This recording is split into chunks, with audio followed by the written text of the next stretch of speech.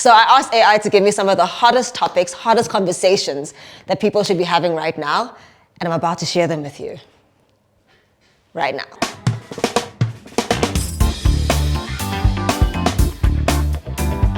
I'm a freaking sensei. I should write a book. Why do we crave detoxes but rarely change our habits? ChatGPT is sassy. It's also cure versus cause.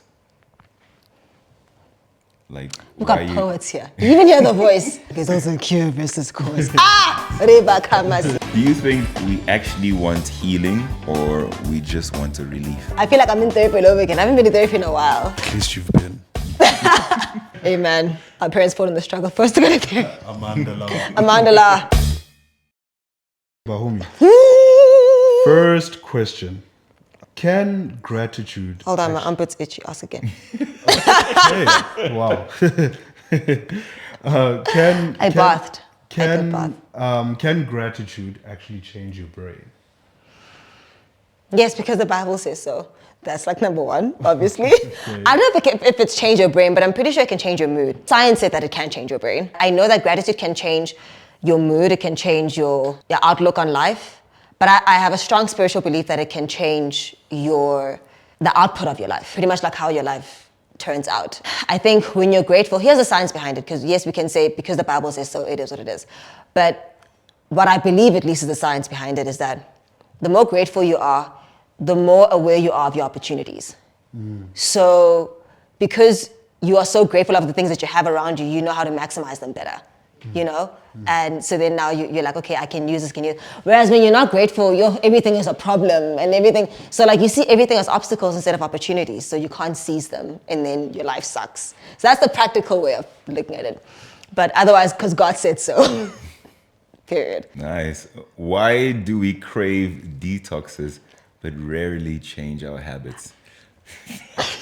ChatGPT is sassy. I feel attacked. I honestly feel attacked, and I don't think I'm unique to this. I really feel like it's literally everybody. Because detoxes feel productive.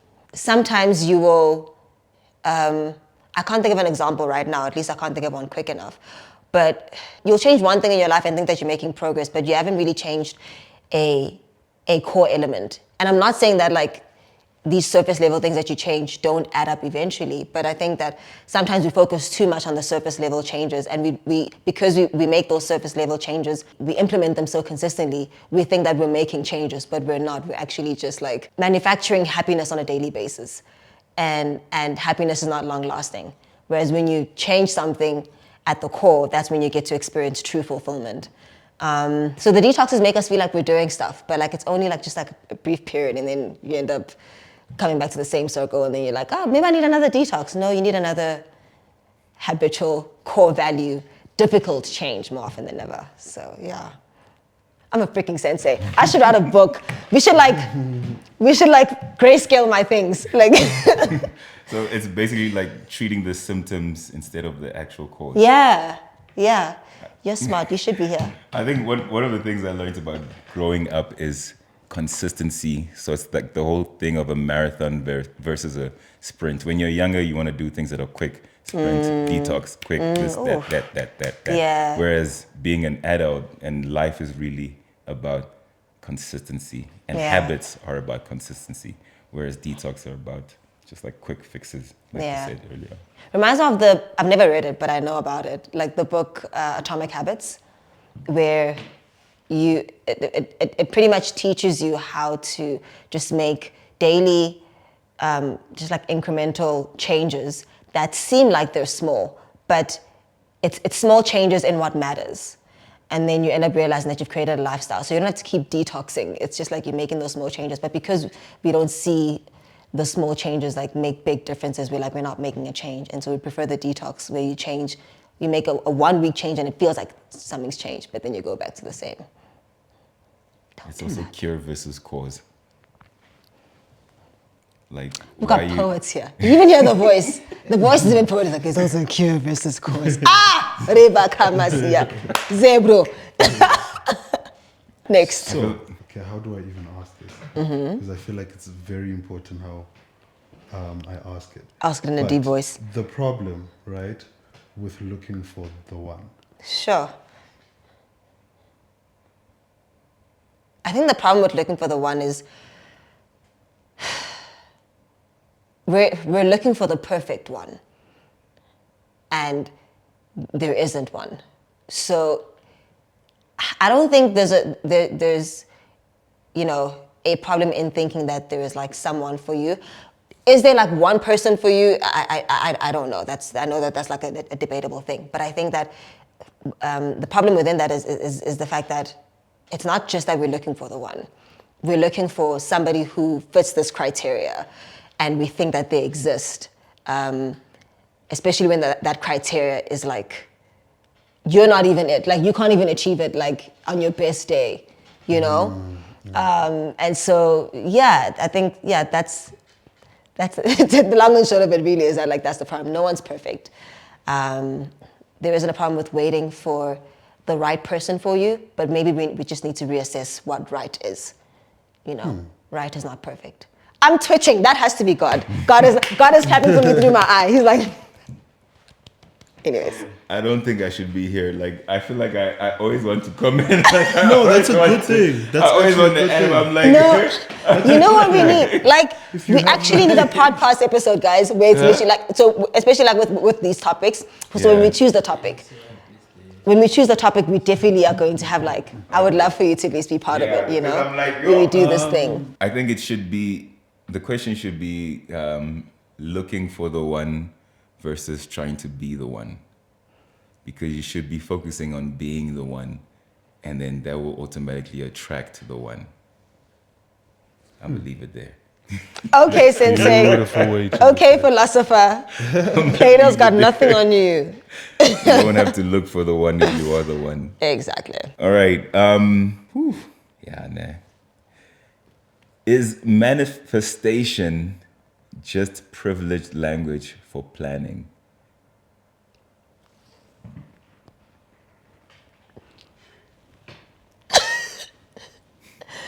Can I tell you, the only reason I'm stifling my reaction is because I will, like, my actual reaction is going to make me look like not as demure as I want my husband to think I am.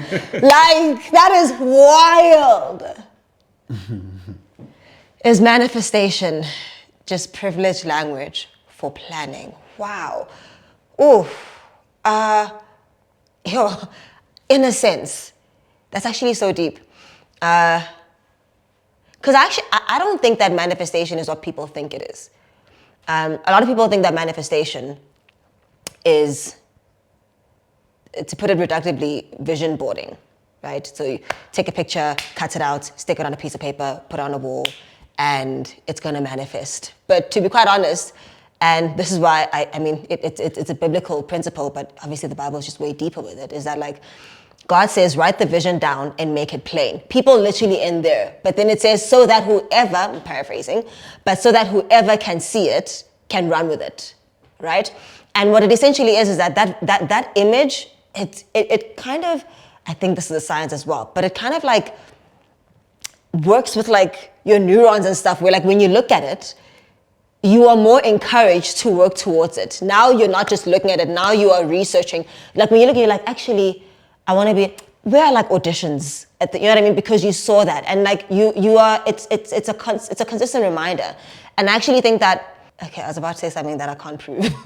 Because you are seeing it, you have a greater momentum or even greater reminder to work towards it, with hope at least. So maybe it is just like bougie talk for planning, but I think that it's just a higher level method of planning, because we'd hope that whatever you have maybe put on your vision board is something that you've like thought through, you've prayed about it, you have, I don't know, researched on it or whatever. It's like your lifelong dream.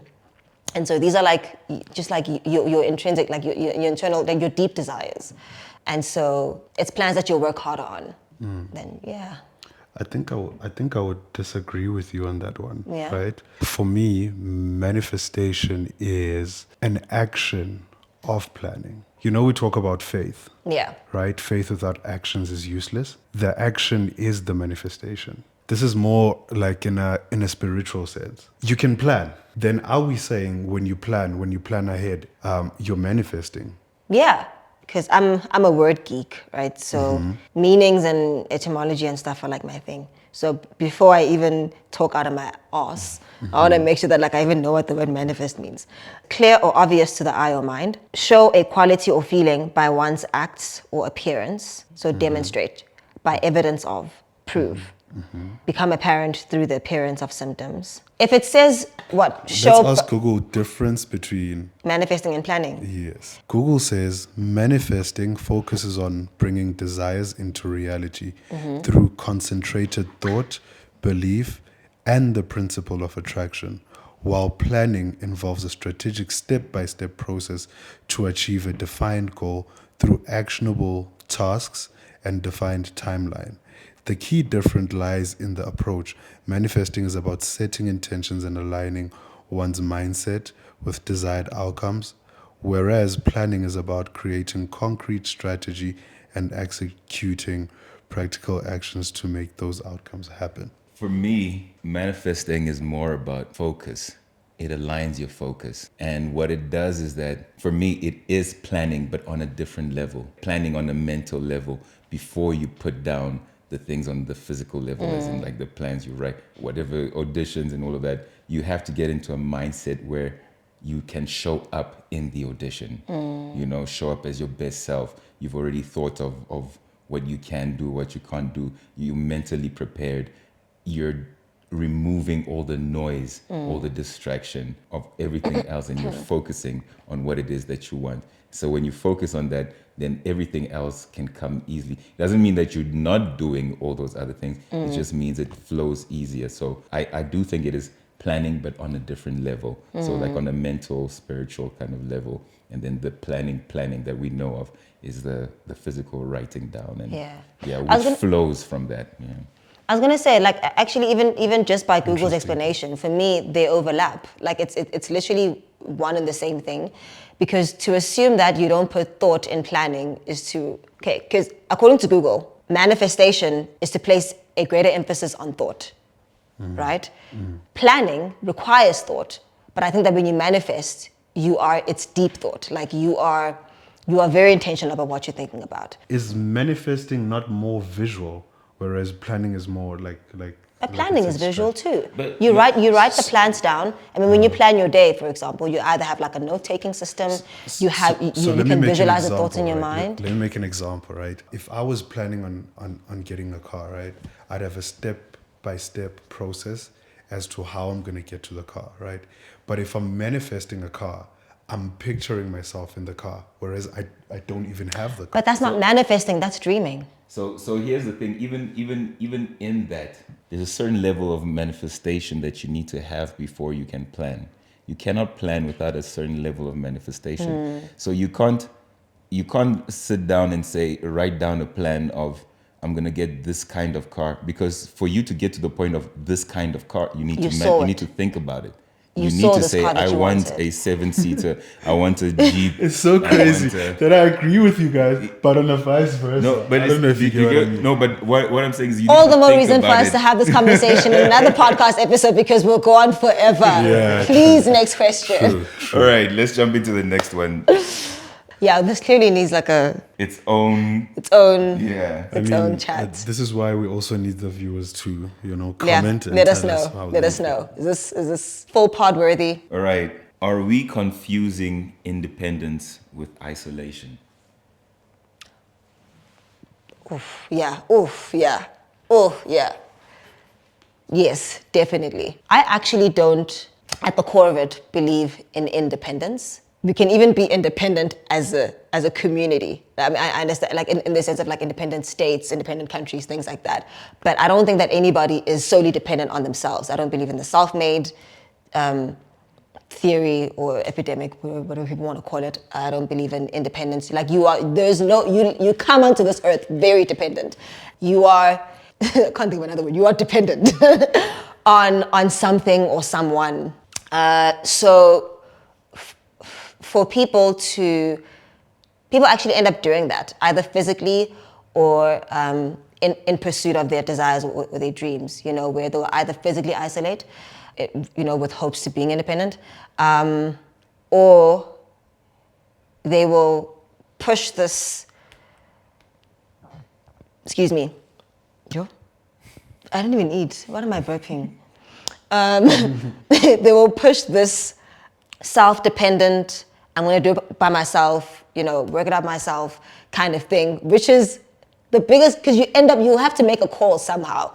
You'll have to, even that self-help book, it's not, someone wrote it, the computer that you're working on, someone had to, I understand, yes, I'm maybe overthinking it or thinking too deep about it, with like, but you're going too deep and you think about a computer or whatever. But the point that I'm making is that if that isn't indicative of the fact that you can't do anything by yourself, then we shouldn't try going about life doing everything by ourselves. I think a period of isolation is necessary, especially if it's like intentional isolation where you are processing your thoughts and you're doing research and maybe you are just trying to understand what it is that you want. That's fine. But to think that you can get to the end goal by yourself, like just consistently throughout, I think is a cap. Can I ask a question, just like a follow-up question? Attack me. Could independence in some way just be a manifestation of unresolved trust issues, hurt and trust issues? It is. I'm crying because I can relate. Oh my gosh, it is. Yeah. So trust issues and just some kind of, disappointment, insecurities, things like that. For me, definitely all of those, like that was certainly like my experience. In a sense, it's even something that I'm still working out of. But it was also just this insecurity, like just rooted in wanting to prove to the people who did not believe in me to begin with that I can do it by myself and I don't need them. And then you end up realizing, then you end up telling yourself as well that you don't need the world either. So you're just gonna do everything by yourself. And then it's like, okay, cool, bigger babes. Even God had to be 3 people. Sorry. Fun fact, the word independence is not in the Bible. Ooh! Really? I didn't know that. Come on. I'm doing the Gen Well, Z at least thing in now. King James. I don't know. These new ones, they. Yeah. But it's not, You find the message being like... we were never called to be independent. Yeah. Because God won't come down. Well, he came in the form of Jesus, but he uses people in order to bless you and to change your life. So if you're independent of people, then you're independent of God. Sure. I learned something today. Yeah. I don't know That's if so I would have deep. ever known that.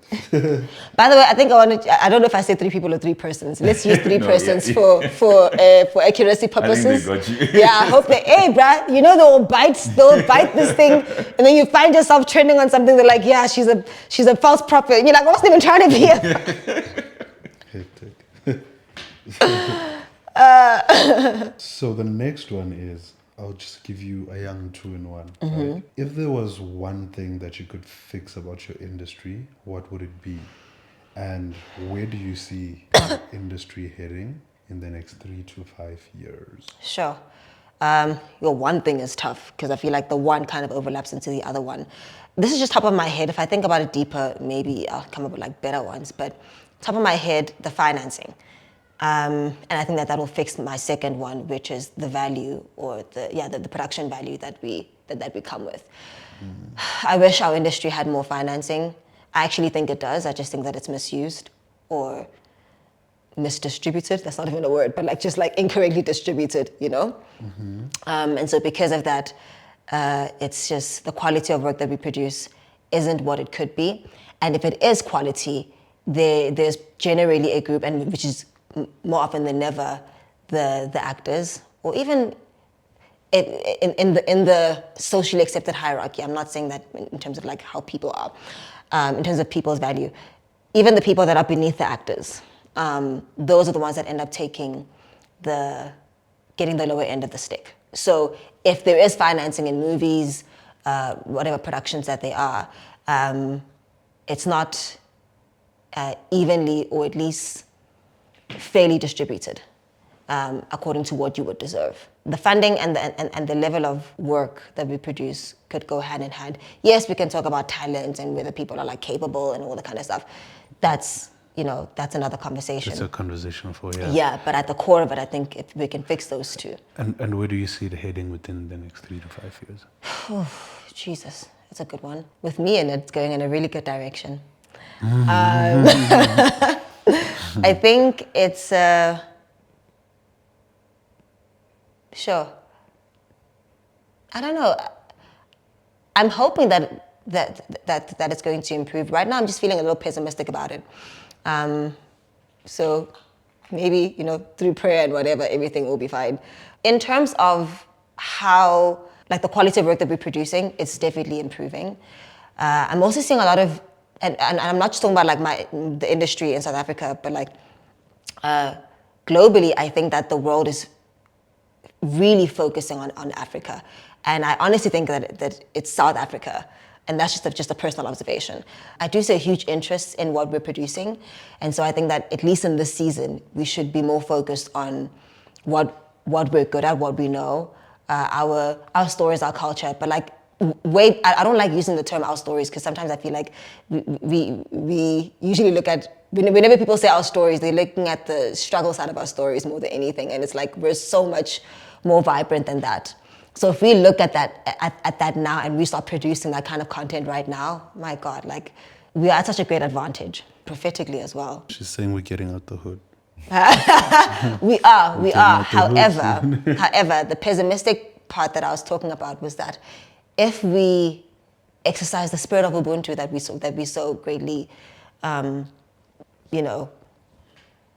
say we have, then we will make sure, I hope that we really do this, but like, that's the only way that we'll be able to make sure that everybody gets out the hood.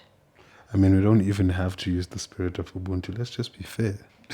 But so that's what I mean, is that I am because we are. So like, we have to treat each other, fairly. You're right. But that's not Ubuntu. Ubuntu is, it's I am because we are. Yeah. Mm-hmm. So I can't be without you. So if you're not good, I'm not good. So if I you're get not, the context. yeah. I was looking at it in a different context, but I get Looking you. as a handover, like your hand. Yeah, You know what I mean? no, I'm no, giving no. you something you don't. You know what I mean? Do you think we actually want healing, or we just want a relief? That's the last question. I don't like how these questions are like, in a sense I like them, because then it makes me feel like I have at least a experiential response. But man, I feel like I'm in therapy all over again. I haven't been in therapy in a while. So now I'm just like, okay, I need to call someone. At least you've been. Hey man, our parents fought in the struggle first to go to therapy. Amandala, we get to therapy too. What was the question again? Do you think we really want healing, or we just want relief? Yeah, I think, yeah. And do you think we know the difference? Yes, so that's why I was struggling, right? That's literally why I was struggling, because we think we want healing. But we need healing. What we want is relief. Lovely. Oh, you could have said it better. Thank you very much. I'm here all life.